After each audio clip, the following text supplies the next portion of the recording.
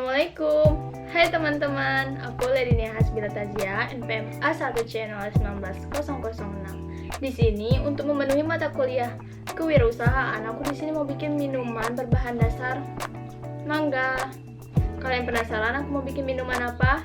Yap, sesuai judul, aku mau bikin minuman kingmangothai yang simple dan creamy.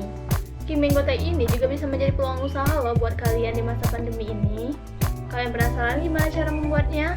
Yuk langsung aja.